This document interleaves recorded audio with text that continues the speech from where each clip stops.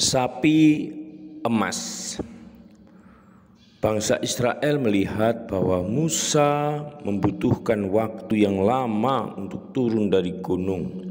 Maka mereka mengerumuni Harun dan berkata kepadanya, "Marilah, buatlah bagi kami Allah yang akan memimpin kami.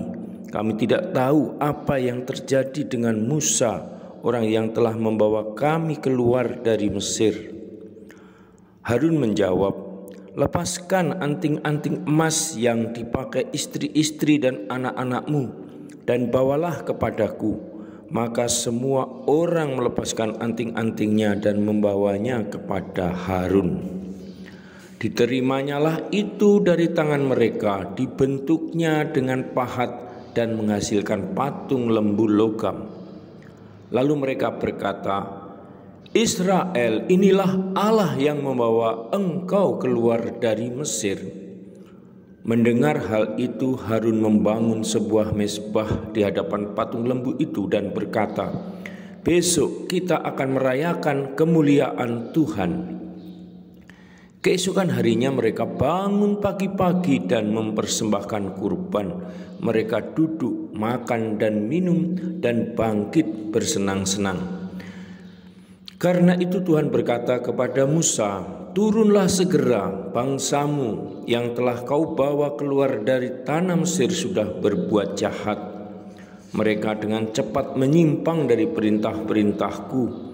Mereka telah membuat patung lembu dari logam, lalu menyembahnya dan mempersembahkan kurban kepadanya, dan berkata, 'Israel, inilah Allahmu yang telah membawa engkau keluar dari Mesir.'"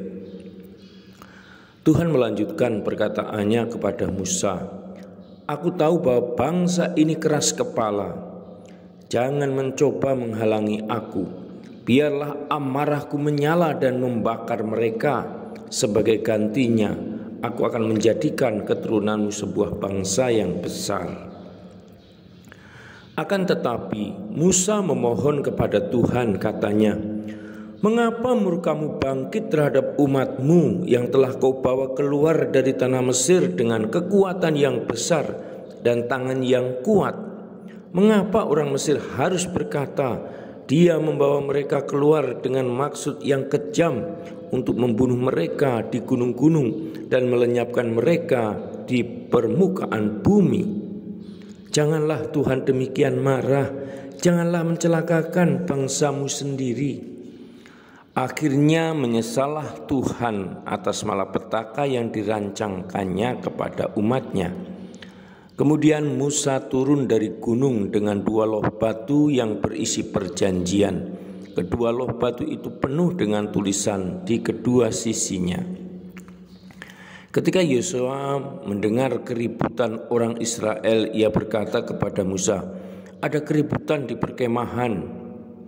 Akan tetapi Musa menjawab, "Kedengarannya bukan sorak kemenangan, juga bukan nyanyian kekalahan. Aku mendengar suara bernyanyi." Ketika Musa mendekati perkemahan serta melihat patung anak lembu dan orang-orang yang sedang menari-nari dengan liar, ia menjadi sangat marah. Ia membanting batu yang ia bawa dan menghancurkannya di kaki gunung.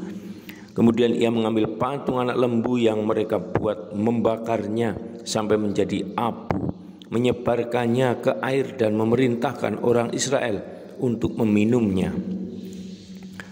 Kepada Harun Musa berkata, "Apa yang mereka buat kepadamu sehingga kau biarkan mereka berbuat dosa besar?" Harun menjawab, "Hendaknya Tuanku menenangkan kemarahan. Engkau tahu bahwa bangsa ini penuh dengan dosa.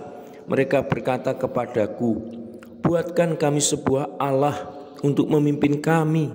Kami tidak tahu apa yang terjadi dengan Musa yang membawa kami keluar dari Mesir.